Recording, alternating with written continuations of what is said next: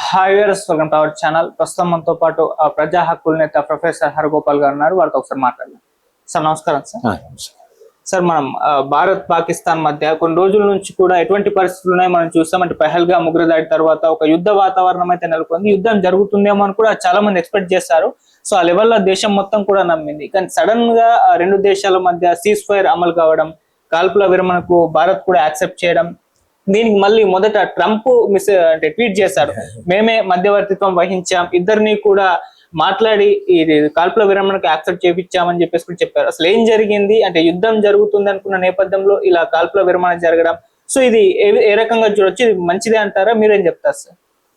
అంటే భారతదేశము పూర్తి స్కేలు యుద్ధము చేయాలని అనుకుందా లేదా మనకు తెలియదు. కానీ మొత్తం మీద ఈ పహల్గాము సంఘటన జరిగిన తర్వాత అది దేశాన్ని కాస్త దిగ్భ్రాంతికి గురి చేసింది. ఎందుకంటే కేవలం సెలవులు గడపడం కొరకని కుటుంబాలతో ఒక హాలిడే కొరకని పోయిన వాళ్ళని కుటుంబాల ముందర, కుటుంబ సభ్యుల ముందర చంపడం అనేది అది చాలా దుర్మార్గమైన చర్య. అది దేశంలో అందరూ కూడా ఫీల్ అయ్యారు. ఏమి సంబంధం లేని వాళ్ళని వెళ్ళి అలా చంపడం కూడా చాలా క్రూరంగా అంటే భార్య ముందర భర్తను చంపడం.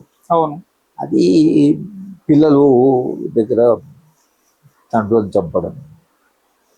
అది ఒక రకంగా భారతీయ జనతా పార్టీ ఈ సంఘటనకి సరిగా స్పందించాలి అని దేశంలో తప్పకుండా ఒక డిమాండ్ ఉంది. కనుక ఏం చేయాలి, ఎట్లా చేస్తే దేశంలో ప్రజలు మనం సరి అయిన జవాబు చెప్పాం, పాకిస్తాన్ కాదు కానీ టెర్రరిస్ట్ అనుకున్నా, టెర్రరిస్ట్ పాకిస్తాన్ ప్రేరేపించే వాళ్ళ కాదా అనేది అది వేరే సమస్య. ఇక్కడ దేశం ఉండవలసిన వస్తుంది, కానీ వాళ్ళు కొంత షెల్టర్ ఇచ్చి కొంత ఇచ్చేస్తున్నారు అనేది చాలా కాలంగా వాళ్ళ మీద ఈ ఆరోపణ ఉంది పాకిస్తాన్ మీద.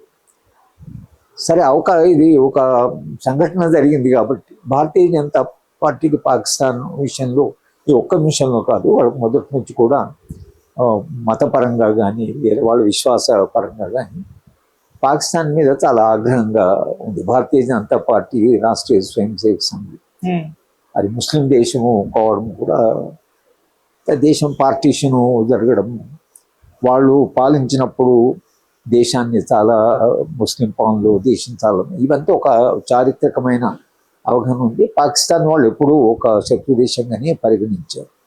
ఈ సంఘటన నిజానికి దేశంలో ఒక ఆగ్రహం వచ్చింది కాబట్టి వాళ్ళ భావజాలము, వాళ్ళు ఇంతకాలంగా విశ్వాసము, తర్వాత దేశంలో జరిగిన సంఘటన, వీటన్నిటి కూడా దృష్టిలో పెట్టుకొని తప్పకుండా చర్య తీసుకోవాలనుకున్నారు. ఆ చర్య ఎక్కడ దాకా పోతుంది అనేది, సరే వీళ్ళు వెళ్ళి అక్కడ కొన్ని టెర్రరిస్టు క్యాంపులను ధ్వంసము చేశామని అంటున్నారు. 9 టార్గెట్, 9 స్థానాల్లో వాటిని మేము ధ్వంసం చేసామంటున్నారు. పాకిస్తాన్లో కొన్ని ప్రదేశాల మీద ధ్వంసం చేసామంటున్నారు. కానీ పూర్తి అంటే స్కేల్ యుద్ధము జరగాలంటే ఆ యుద్ధంలో మీరు ఏం కోరుకుంటున్నారనే ప్రశ్న వస్తుంది. యుద్ధానికి ఒక లక్ష్యం ఉండాలి కదా.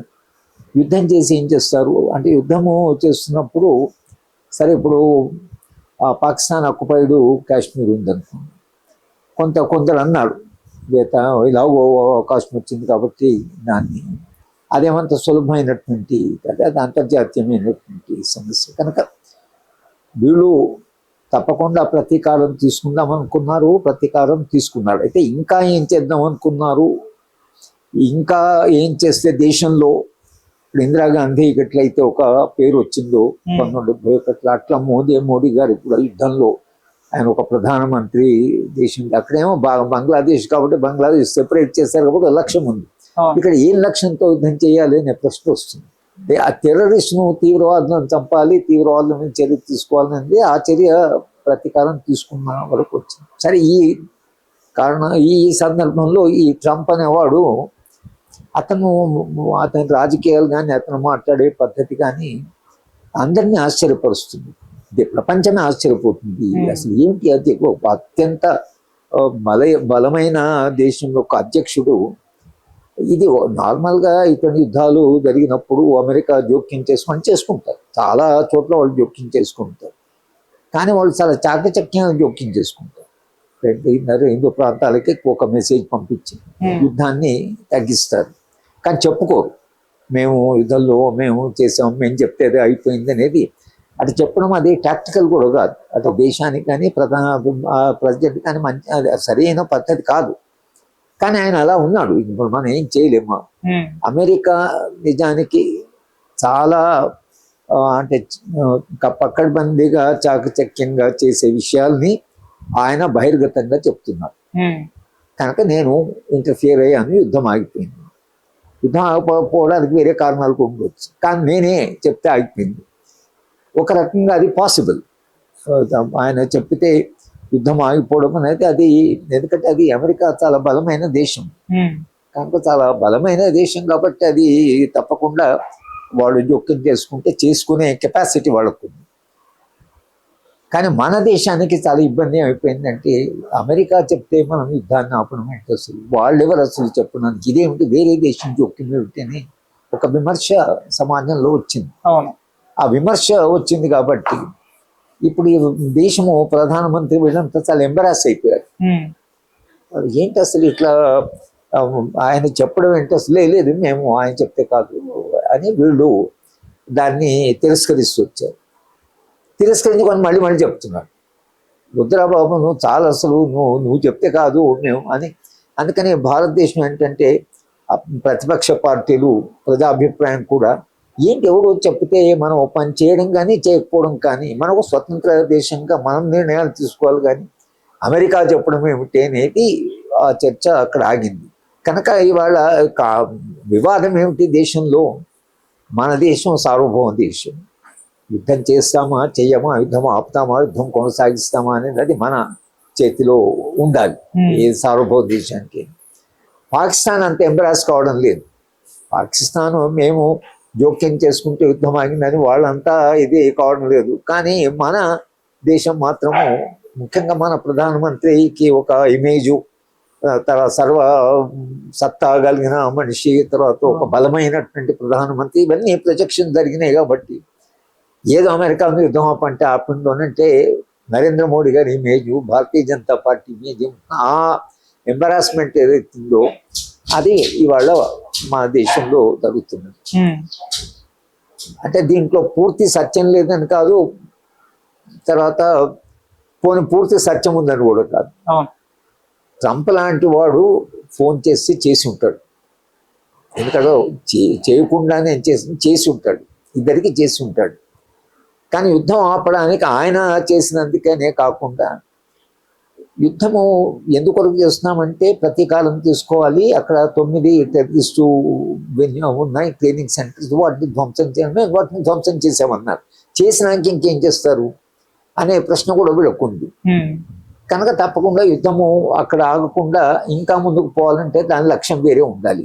పూర్తిగా పాకిస్తాన్ సైన్యాన్ని, పాకిస్తాన్ అక్కడికి ఎయిర్పోర్ట్ను ధ్వంసం చేశాము, నేవీ సెంటర్ అని అంటూనే ఉన్నారు. కానీ ఇంకెంత ధ్వంసము చేయాలనుకున్నారో ఆ ధ్వంసం ఆగిందా లేదా అనే దగ్గర ఆగింది. కానీ అంతకంటే ముందు పోతే ఏం చేసేవాళ్ళు అంటే పూర్తిగా బలహీనపడుతున్నాం. పాకిస్తాన్ ఇంకా సైన్యపరంగా తర్వాత ఇంకా బలహీనపరిచేదాకా పోయేవాళ్ళేమో. కానీ అంతదాకా పోకుండా ఏ కారణం వలన అయితే, ఒకటి మనం ప్రతీకారం తీసుకున్నాం కాబట్టి యుద్ధం ఆగాలి. రెండవది అమెరికా కొంత సుముఖంగా లేదు కాబట్టి. మూడోది అంటే చైనా కూడా పాకిస్తాన్ ఇంకా మన యుద్ధాన్ని ఇంకా ముందు తీసుకెళ్తే చైనా దాంట్లో జోక్యం తీసుకుని, ఎందుకంటే పాకిస్తాన్ చైనా మీద చాలా ఆధారపడింది.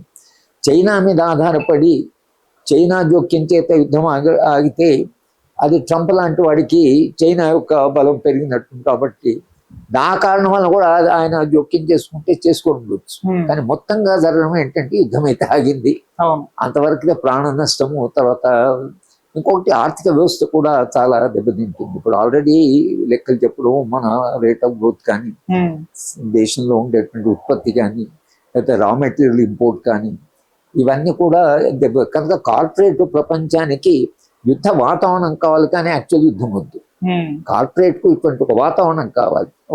ఆ వాతావరణం వరకు మాత్రం దేశంలో ఒక యుద్ధ వాతావరణం ఏంటి వచ్చింది. కానీ యుద్ధం ఆగడానికి చాలా కారణాలు ఉంటుంది. నిజమైన కారణం ఏంటి అని చెప్పడం ఇంకా దానికి లోతైన విశ్లేషణ జరిగితే తప్పించి మనం ఏ కారణం వల్ల యుద్ధం ఆగిద్దని చెప్పడం చాలా కష్టం. ఓకే